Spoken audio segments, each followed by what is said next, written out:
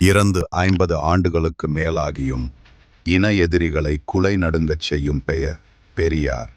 நீயும் நானும் சமம், உனக்கிருக்கும் உரிமை எனக்கும் உண்டு, எனக்கிக்கும் உரிமை இங்கு வாழும் அனைவருக்கும் உண்டு என முழங்கி பார்ப்பனியத்தின் ஆணிவேரை அசைத்த கலகக்காரன்.